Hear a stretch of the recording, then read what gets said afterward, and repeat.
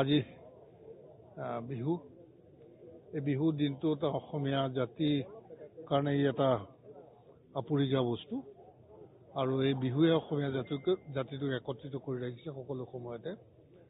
মই ক'ব খুজিছো যে আমাৰ আজি বৰ্তমান যিটো অসমত চলি আছে যে অসমীয়া জাতিটো ধ্বংসৰ কাৰণে ভাৰতীয় জনতা পাৰ্টি আমি যিবিলাক পদক্ষেপ লৈছো বুলি কৈছে ই সঁচাকৈ সম্পূৰ্ণ মিছা কথা। আমি যদি ভোট বেংকৰ ৰাজনীতি কৰিলোহেঁতেন তেতিয়াহ'লে আমি ইয়াৰ পৰা আঁতৰি থাকিলোহেঁতেন, কিন্তু আমি ভোট বেংকৰ ৰাজনীতি কৰা নাই। আমি প্ৰকৃত অৰ্থত অসমীয়া জাতিটোৰ ভৱিষ্যত সুৰক্ষাৰ কাৰণে আমি যিটো পদক্ষেপ আমাৰ চৰকাৰে ল'ব খুজিছে সেইটো অসমীয়া জাতিৰ ভৱিষ্যত সুৰক্ষাৰ কাৰণে এই পদক্ষেপটো লোৱা হৈছে। ইয়াত এনেকুৱা আমি অসমীয়া জাতি ধ্বংস হোৱাৰ কোনো পদক্ষেপ নাই।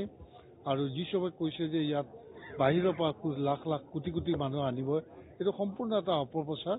যিহেতুকে ইয়াত যিসকল ব্যক্তি অসমত বৰ্তমানে আছে, যিসকল ব্যক্তি ইতিমধ্যে বসবাস কৰি আছে, সেইসকল ব্যক্তি যদি কাৰোবাৰ কাগজ পত্ৰ নাইকিয়া, যি সময়ৰ ভিতৰত তেওঁলোকে যিখিনি কাগজ পত্ৰ দিব লাগিছিল সেই কাগজ পত্ৰ দিব পৰা নাই, যদি তেওঁলোকক এই আইনৰ দ্বাৰা তেওঁলোকক এপ্লাই কৰিব পৰা এটা সুযোগ দিছে যাতে তেওঁলোকে নাগৰিকত্বৰ কাৰণে এপ্লাই কৰিব পাৰিব। কিন্তু আগতে যিখন চিটিজেনশ্বিপ এক্ট আছে সেই এক্টখনৰ মতে নাগৰিকত্ব এপ্লাই কৰিব নোৱাৰে যিসকল ইলিগেল মাইগ্ৰেণ্টছ হয়, তেওঁলোকক এপ্লাই কৰাৰ অধিকাৰ নাই। গতিকে এপ্লাই কৰাৰ অধিকাৰটো দিবৰ কাৰণে এই নাগৰিকত্ব আইনখন সংশোধন কৰা হৈছে। ইয়াতকৈ আৰু বেলেগ একোৱেই নাই। ইয়াৰ আগতে আমাৰ ফৰেনাৰ্ছ এক্ট পুনৰবাৰ আমি সংশোধন কৰা আগবাঢ়িছো। আকৌ ইয়াৰ আগতে আমাৰ পাছপৰ্ট এক্টটো সংশোধনী হৈছে।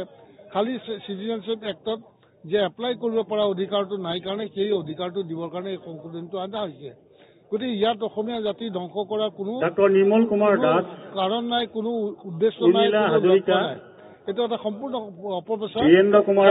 ইয়াত যিসকল মানুহ বসবাস কৰি আছে তেওঁলোকক যাতে ইয়াত থাকিব পৰাকে তেওঁলোকে নাগৰিকত্ব পাব পৰাকে ব্যৱস্থা কৰাৰ কাৰণে এই সংশোধনী কৰা হৈছে।